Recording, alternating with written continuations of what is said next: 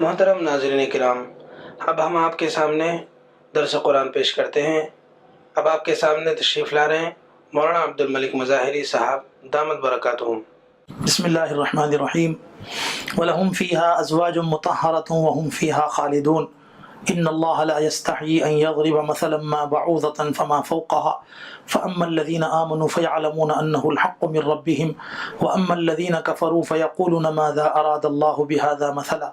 يُضِلُّ بِهِ كَثِيرًا وَيَهْدِي بِهِ كَثِيرًا وَمَا يُضِلُّ بِهِ إِلَّا الْفَاسِقِينَ۔ صدق اللہ العظیم۔ سورہ بقرہ کے تیسرے رکوع کی آیتیں چل رہی ہیں جس میں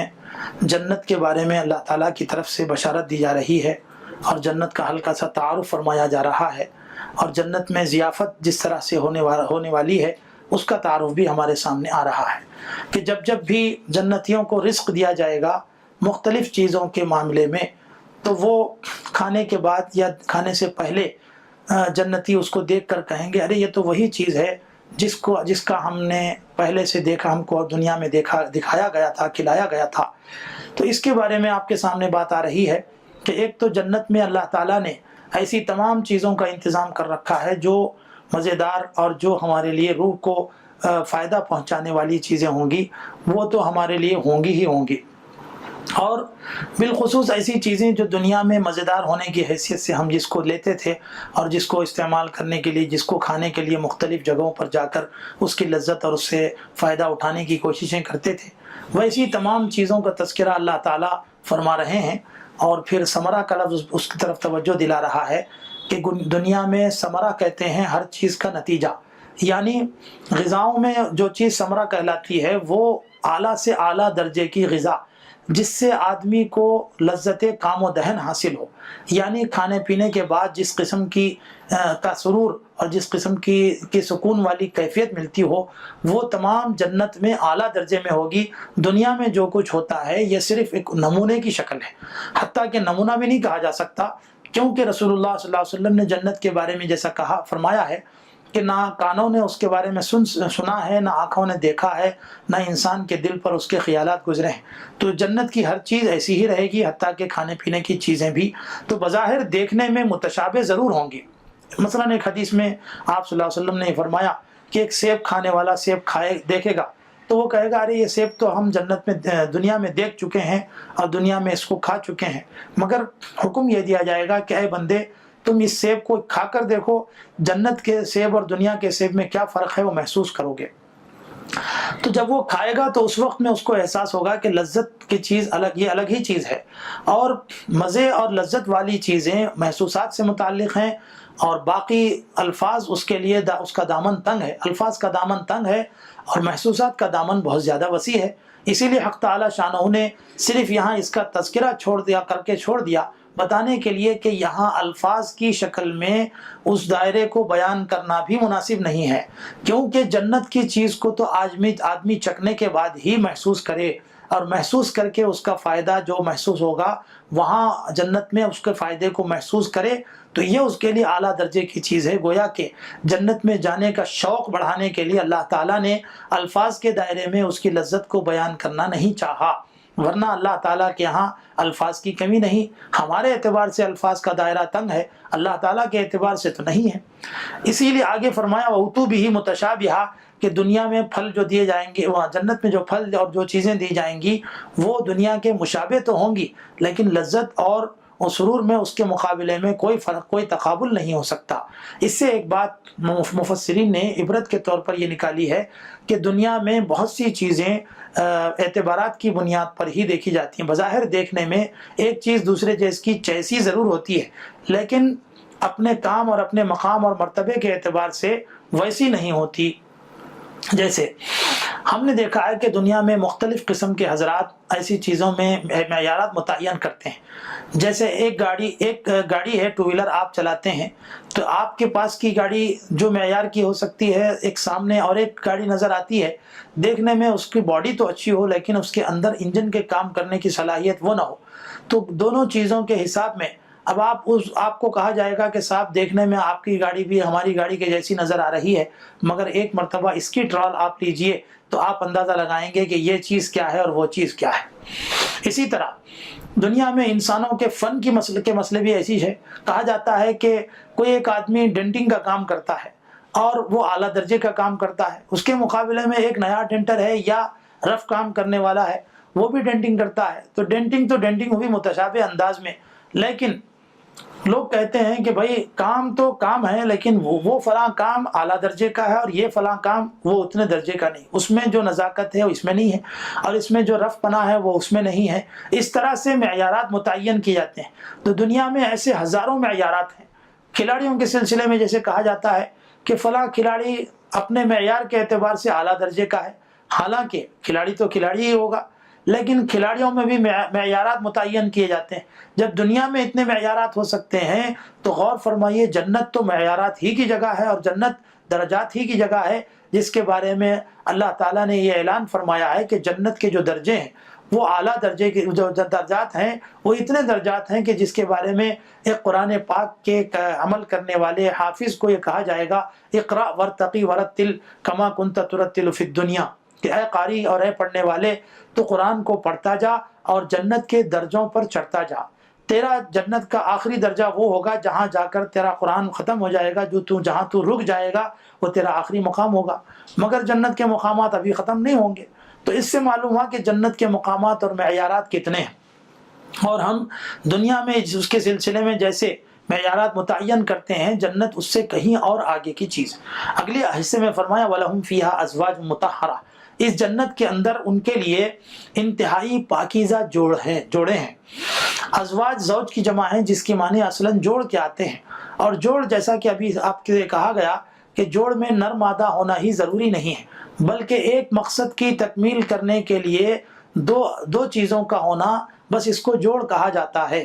اس سلسلے میں ازواج مطہرہ کہہ کر اللہ تعالیٰ نے جنتیوں کی وضاحت کرتے ہوئے فرمایا کہ جنتیوں کے لیے اس میں جوڑ ہوں گے. اب یہ جوڑ سے مراد کیا ہے؟ اس کے سلسلے میں نبی کریم صلی اللہ علیہ وسلم نے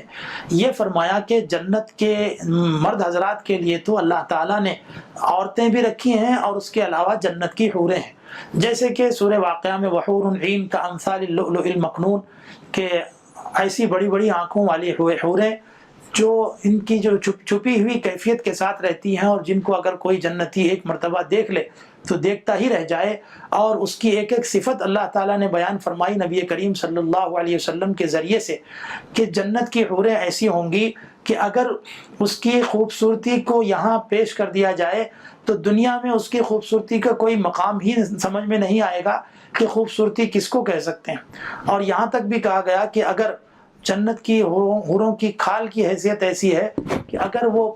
کوئی چیز کھاتی ہوئی نظر آئے گی تو کھال کے اندر سے جو وہ چیز اس کو اندر اترتی ہوئی نظر آئے گی. اس سے اندازہ لگتا ہے کہ جنتیوں کی حور کی کھال کیسی ہوگی اور ان کی خوبصورتی کیسی ہوگی، اس سے اور اندازہ لگ سکتا ہے. تو اس طریقے سے جنت تو جس طرح اعلیٰ مقام کی جگہ ہے تو وہاں کے اندر پائی جانے والی تمام چیزیں بھی اعلیٰ درجے کی ہوں گی، تو اس میں یقیناً حوریں بھی ویسے ہی ہوں گی. اب سوال یہ ہوتا ہے کہ حور کو مردوں کے لیے دیا گیا ہے لیکن عورتوں کے لیے کسی اور چیز کا تذکرہ نہیں ہے. کبھی کبھار اس طرح کی آیتوں سے ہم گزرتے ہیں تو بالخصوص نوجوان بچے اس سلسلے میں ایک سوال کر بیٹھتے ہیں کہ جناب جنت میں اگر مردوں کے لیے حوریں ملیں گی، عورتوں کے لیے کیا ملے گا؟ جیسا کہ ابھی آپ کے سامنے یہ کہا گیا، لفظ ازواج اللہ تعالیٰ نے یہاں ذکر کیا ہے، ازواج زوج کی جمع ہے جس کے معنی جوڑ، اور جوڑ کا مطلب صرف نر مادہ ہی نہیں، کیونکہ نر مادہ جوڑ ہونے کے بعد اس کے درمیان میں آپس میں جنسی اور جسمانی تعلقات ہونے کا جو تذکرہ ہوتا ہے وہ کوئی لوازمات میں سے نہیں ہے. چنانچہ عورتوں کے لیے حق تعالیٰ وہاں جوڑ رکھیں گے ضرور، مگر بعض ایسے جوڑ بھی ہوتے ہیں جس میں جنسی اور صنفی تعلق ہونے کی ضرورت نہیں پڑتی. ایک بات. پھر دوسری بات یہ ہے کہ جنت میں عورتوں کے لیے مرد کی شکل میں کوئی دوسرے اور ملے ایسا تو نہیں ہے، لیکن نبی کریم صلی اللہ علیہ وسلم نے یہ فرمایا ہے کہ جنت میں جو میاں بیوی دنیا میں جو اچھی زندگی گزار کر جائیں گے وہی وہ آپس میں ایک دوسرے کا جوڑا بنیں گے، اور اللہ تعالیٰ ان کو وہی جوڑا نصیب فرمائیں گے. اور عورتوں کے دل میں اللہ تعالیٰ نے کسی اور چیز کی تمنا اور خواہش نہیں رکھی ہے. جب اس کو اپنا کوئی جوڑا مل جاتا ہے تو کسی دوسری چیز کی طرف اس کا تصور جاتا بھی نہیں. حقیقت میں عورت کی فطرت یہ ہے. اور اگر دنیا میں اس فطرت کو خراب کرنے کی اہل مغرب نے، یورپین کلچر نے کوشش کی ہے تو یقیناً یہ خلاف فطرت چیز ہے۔ خلاف فطرت چیز کو مثال میں پیش نہیں کیا جا سکتا۔ اسی لیے ہم ان تمام نوجوان بھائیوں سے جو اس طرح کا اعتراض کرتے ہیں، یا بالخصوص خواتین بھی اگر اس طرح کے اعتراضات کرتی ہیں، تو گویا وہ اپنی فطرت کے خلاف آواز اٹھاتی ہیں، اور فطرت کے خلاف جنت میں کوئی چیز ہو نہیں سکتی، یہ فرمایا۔ آگے ایک اہم بات پھر یہ فرمائی کہ ایک تو ان کو بہترین جوڑے ملیں گے، پاکیزہ جوڑے۔ پاکیزہ جوڑے کا لفظ جہاں اللہ تعالیٰ نے ذکر فرمایا ہے، اس کی وضاحت میں یوں فرمایا گیا کہ جنت چونکہ تمام گندگیوں سے پاک جگہ ہے، تو گندگیوں سے پاک جگہ ہونے کی حیثیت میں نبی کریم صلی اللہ علیہ وسلم نے جنت کا تعارف کرتے ہوئے یہ فرمایا ہے کہ جنت میں ایسے ایسے حالات ہوں گے کہ وہاں آدمی کھانا کھائے گا، پانی پیے گا، مگر وہاں ضرورت کے تقاضے نہیں ہوں گے، بس ایک ڈکار سی آئے گی جس کے ذریعے سے تمام ہاضمے کا نظام قابو میں آ جائے گا۔ وہاں جیسے یہاں دنیا میں ضرورت کو جانے کے تقاضے ہوتے ہیں، استنجا کو جانے کی ضرورت کے تقاضے پڑتے ہیں، ویسا کوئی تقاضا وہاں نہیں ہوگا۔ حتیٰ کہ مرد آدمی یا عورت بھی آپس میں صحبت ضرور کریں گے، لیکن اس صحبت کے بعد ان کو اندر سے نجاست نکلتی ہوئی نہیں دکھائی دے گی، کیونکہ جنت میں صرف لذت محسوس ہوگی اور نجاست وہاں نہیں نکلے گی، کیونکہ وہاں اس قسم کا کوئی انتظام ہی نہیں رکھا گیا ہے جہاں نجاستیں پائی جاتی ہوں۔ نجاست کے ظاہری نظام کے لیے جیسے یہاں ڈرینیج کا سسٹم ہوتا ہے، نالوں کی صفائی کا انتظام ہوتا ہے، ویسا جنت میں کوئی نظام نہیں رہے گا۔ اسی لیے اللہ تعالیٰ نے مطہرہ کا لفظ استعمال فرمایا۔ چنانچہ مطہرہ کی تشریح کرتے ہوئے مفسرین نے یہاں تک لکھا ہے کہ وہاں عورتیں ہوں یا حوریں ہوں، وہاں مینسس والا نظام نہیں چلے گا، اور وہاں منتھلی جو پیریڈ ہوتا ہے وہاں وہ بھی نہیں چلے گا، اس لیے کہ مطہرہ کی تفصیل میں یہی بات آتی ہے کہ عورتیں بھی پاک ہوں گی، مرد بھی پاک ہوں گے، پاکیزہ جگہ ہوگی، پاکیزہ مقام ہوگا، کھانا پینا بھی پاک صاف، ہر چیز پاک صاف کے حساب میں ہوگی، لہٰذا گندگی نام کی کوئی چیز وہاں نہیں ہوگی۔ دنیا میں اللہ تعالیٰ نے جسمانی رطوبتوں کے لیے تو یہ سب چیزیں رکھی ہیں، لیکن جنت میں یہ سب چیزیں نہیں ہیں۔ جنت چونکہ دار الجزا ہے، دار العمل نہیں ہے، تو دار الجزا میں ان سب چیزوں کو حق تعالیٰ شانہ نے نہیں رکھا ہے، اسی وجہ سے وہ جنت کہلانے کی مستحق ہے۔ اگلے جملے میں فرمایا وَهُمْ فِيهَا خَالِدُونَ، جنت میں جنتی ہمیشہ ہمیشہ رہیں گے۔ ہمیشہ ہمیشہ کا جو لفظ استعمال کیا گیا قرآن میں، خلد یخلد عربی میں استعمال ہوتا ہے، جس کے معنی ختم نہ ہونے والا وقت،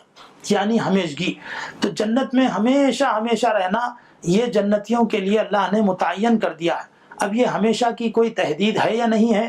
کیونکہ ہمیشہ ہمیشہ رہنا بعض مرتبہ لازوال زندگی کے لیے بھی بولا جاتا ہے، زیادہ زندگی کے واسطے بھی بولا جاتا ہے، مگر جنت کی زندگی حقیقت میں ہمیشہ والی زندگی ہے جس میں کوئی فنا نہیں ہوگی۔ فنا ایک مرتبہ دنیا میں ہو چکی ہے، چنانچہ